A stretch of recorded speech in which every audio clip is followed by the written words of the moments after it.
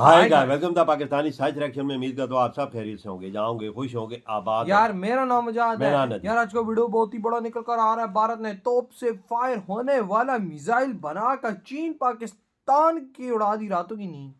ये क्या बोल रहे हो यार? अबे भाई साहब, ये तो गोले फायर होते हैं। हाँ ना, तोप से। ये मिसाइल कैसे फायर होगा बे? हाँ ना यार, सोचने वाली बात है भैया। ये क्या भारत कर ये रहा है? इंडिया बनाया है अबे यार। कौन कौन से भारत भाई साहब टेक्नोलॉजी और जुगाड़ निकाल लेता हाँ है। ना। कौन ऑन करते स्टार्ट। पोखरण के रेगिस्तान में गूंजी वो भयानक गर्जना। 60 किलोमीटर दूर बैठे दुश्मन के बंकरों में मच गई अफरा तफरी। दुनिया ने पहली बार देखा भारत का हवा पीने वाला गोला। चीन की लंबी दूरी की तोपों का गुरूर अब होगा खाक। भारतीय सेना के हाथ लगा वो सुपरसोनिक ब्रह्मास्त्र जो बिना बारूद के वजन बढ़ाए हवा से ऑक्सीजन खींच कर बर पाएगा कहर।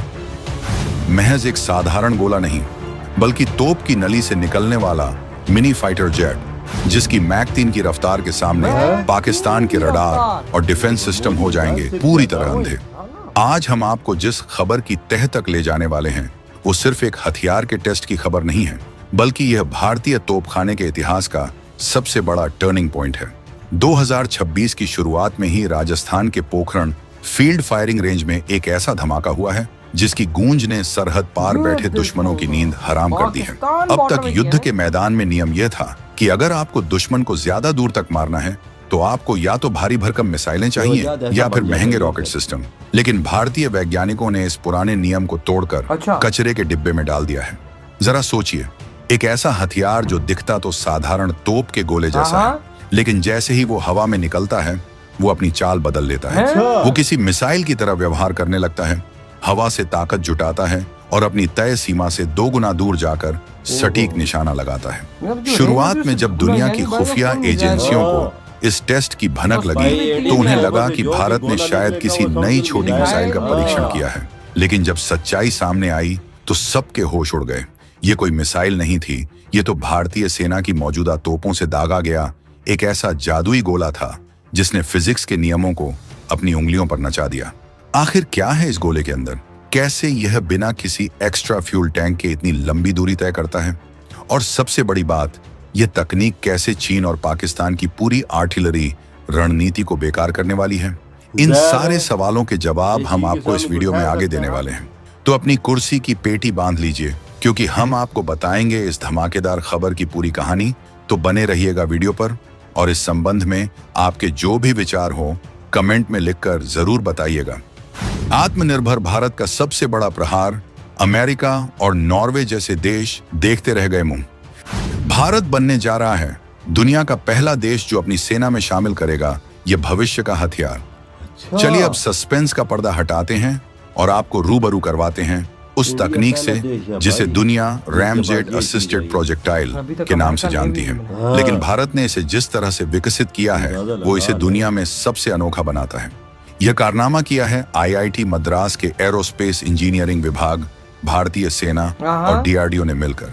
सरल भाषा में कहें तो यह एक ऐसा तोप का गोला है जिसके अंदर एक रैमजेट इंजन लगा हुआ है। अब आप पूछेंगे कि यह रैमजेट क्या बला है? देखिए, आमतौर पर जब कोई रॉकेट या मिसाइल उड़ती है तो उसे अपने साथ 2 चीजें ले जानी पड़ती हैं, ईंधन और उसे जलाने के लिए ऑक्सीजन। ये ऑक्सीजन टैंक बहुत भारी होता है और जगह घेरता है, लेकिन रैम जेट इंजन एक हवा पीने वाला इंजन है। इसे अपने साथ ऑक्सीजन ले जाने की जरूरत नहीं पड़ती।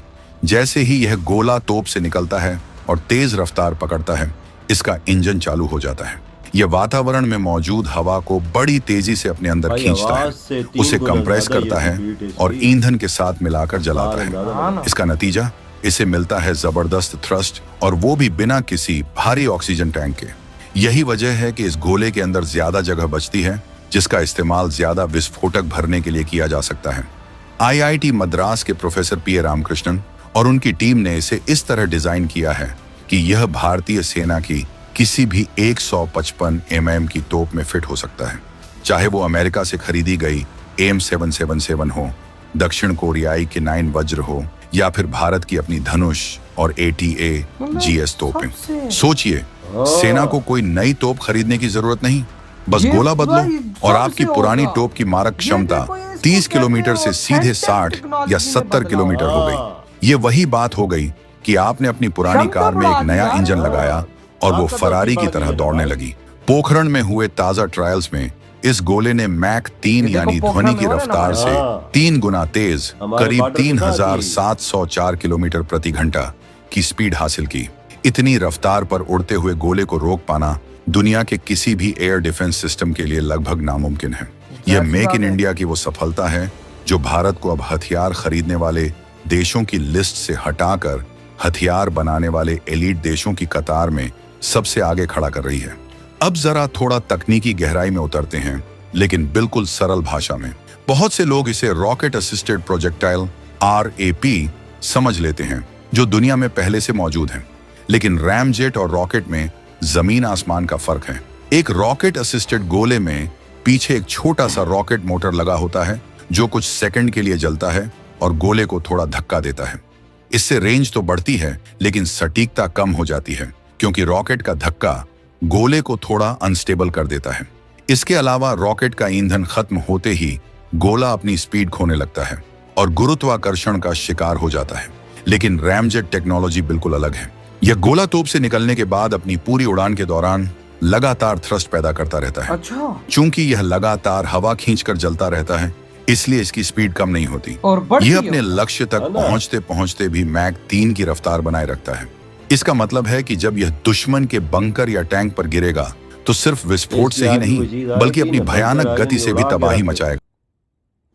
बिल्कुल भाई बिल्कुल। ये देखो ना किस तरह से खतरनाक चीज आज भारत ने टेस्ट की है, वो भी हमारे बॉर्डर के करीब हो यार। भाई तोप से फायर करो, गोला नहीं है वो मिसाइल है ये देखो भाई। आवाज 3 मैक की स्पीड है, आप पे अंदाजा यानी लगा। जो स्पीड ब्रह्मोस की है वो इसकी। यार हर तोप से फायर हो गई इसके आगे कौन ठहरेगा वो यार। कोई बंकर टैंक को मतलब सेकंड में उड़ाएगा। ये आप भी- यार देखो 3 मैक की स्पीड है, कौन सा डिफेंस सिस्टम रोक कोई सकता नहीं है? रोक सकता। पाकिस्तान के पास तो कोई डिफेंस सिस्टम नहीं है जो भारत के 3 मैक की स्पीड की मिसाइल को रोके। पहले भी तो हैं, हमने रोके किधर रोक सकते हैं। यार वही तो इसको कौन मतलब रोकेगा। कि भारत की तोपें भी अब मिसाइल बरसाएंगी, गोले नहीं मिसाइल। ये तोपें लगभग इंडिया 200 तोपें हमारे वही बॉर्डर ना, करीब लगा। आप सोचो ना फिर। हाँ क्या बनेगा। वही ना, ये तो अब मिसाइल बरसा रहे हैं हाँ। भाई। वो गोलों का दौर खत्म हुआ, मिसाइलों का दौर आ गया तोपों से। और भाई साहब ये दुनिया में किसी देश के पास नहीं है। अमेरिका से देश के पास नहीं है, चाइना के देश के क्योंकि पास भारत ने ये पहला तजुर्बा किया है। भारत और ने पहला कामयाब और 100 पर कामयाब कर रहा रहा है। है।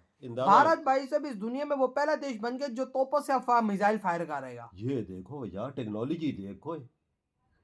भाई साहब भारतीयों की दिन रात की मेहनत है। ये IIT कानपुर के जो ये यंग स्टूडेंट है ना, जो पढ़ने वाले, ये उनके कारनामे और साथ DRDO यार देखो अभी उनकी एजुकेशन कंप्लीट हुई नहीं है, वो ऐसे ऐसे कारनामे कर रहे हैं कि दुनिया देख रही है भाई भैया। उस अभी तक एजुकेशन की इनकम्प्लीट है। वो अगर complete- अंडर एजुकेशन है भाई। अगर उसके complete- बावजूद ऐसी चीजें वो बना रहे हैं। अगर कंप्लीट हो गई तो फिर क्या करेंगे। आप ये सिर्फ सोच, ये आज अंदाजा आने लगा। वाले 5 साल हाँ। इंडिया के लिए इतने बड़े होने जा रहे हैं ना। मैं इधर बता रहा हूँ कि मैं कहता हूँ कि धरती भारत हिला देगा, धरती। ये बात सच बोली है, बिल्कुल सच बोली है वजात। भारत डिफेंस के मामले में इंडिया बहुत आगे जा रहा है। ऐसी ऐसी चीजें बना रहा है जो दुनिया का कोई देश बना ही नहीं रहा है सही कहा वजात। भाई, सही कहा। तो ये देख रहा है, हम वीडियो आ रही है, हम देख रहे हैं, सब कुछ अपनी आंखों से देख रहे हैं ना। बिल्कुल भाई बिल्कुल। हाँ ना।